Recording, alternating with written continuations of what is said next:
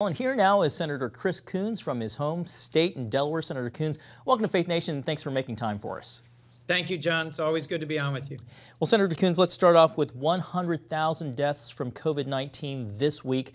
Your thoughts on where things stand as we balance public health against restarting the economy, especially after seeing images of crowded beaches, boardwalks, and waterways from Memorial Day weekend. People clearly are eager to get back to normal. Well, John, that's right. There are folks all over the country who are a little stir crazy with cabin fever, who are eager to get back out and to enjoy the outdoors, and are straining at the restrictions of some of the state shutdown orders. But frankly, I'm concerned that if we reopen too quickly, if we see folks not respecting social distancing, not wearing masks as we did this past weekend, that we may see a resurgence of the pandemic, as has happened in other countries. We're in a better place than we were 2 months ago. We've got better hospital capacity, more ventilators, more PPE or personal protective equipment available. And there is a new therapeutic, remdesivir, that's being distributed throughout the country that should shorten hospital stays. But frankly, if we have a resurgence, that may lead to another clampdown, which would frankly just push our economy further back into a recession. So my hope is that as states reopen, that employers and folks will follow the CDC guidelines and recommendations and respect social distancing so we don't end up right back where we were. Senator Coons, you have a bill that would double the size of AmeriCorps. Can you explain how that will help combat the crisis, and how much support does it have in a divided Washington?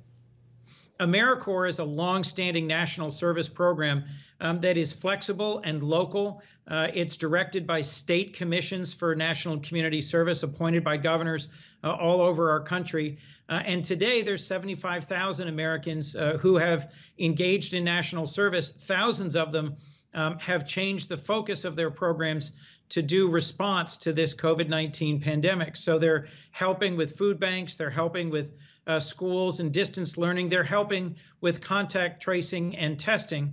And the bill that I've introduced, along with more than 90 members of the House and Senate, would double it in size and give a new generation of Americans the opportunity to give back to their country, to earn an education opportunity, and to put their skills and strength to work at a time when we've got more than 33 million unemployed Americans and millions of younger people who had plans for college or were halfway through their college studies and have had those plans disrupted. I think this is a perfect opportunity for us to call on a new generation to step forward and serve our country.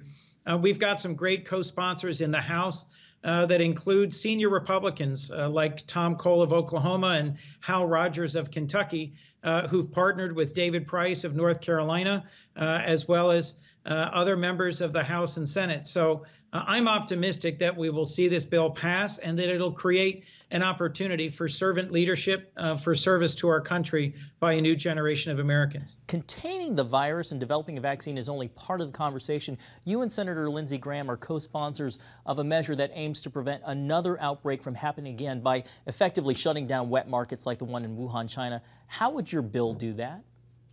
Well, that's right, John. Senator Lindsey Graham and I have traveled together. We've legislated together on issues in the developing world. And as I think may be well known to your viewers, there are these practices around the world of so-called wet markets. These are wildlife trafficking markets where hungry people take advantage of a nearby forest or jungle, and they traffic in often rare species or animals, both live and recently slaughtered, that don't typically come together. So there was a wet market in Wuhan, China, where it's believed this zoonotic disease, COVID-19, that's a fancy word for a disease that jumps from animals to people, may have made the transition from bats or some more exotic animals like pangolins into humans. And so we have to be on the lookout for the next pandemic. Scientists have been warning us for decades that we were overdue for a global pandemic like the one in 1918 that killed tens of millions of people worldwide. And this pandemic is just a warning to us that there may be more in the future. All right, Senator Chris Coons from Delaware, thank you so much for being with us.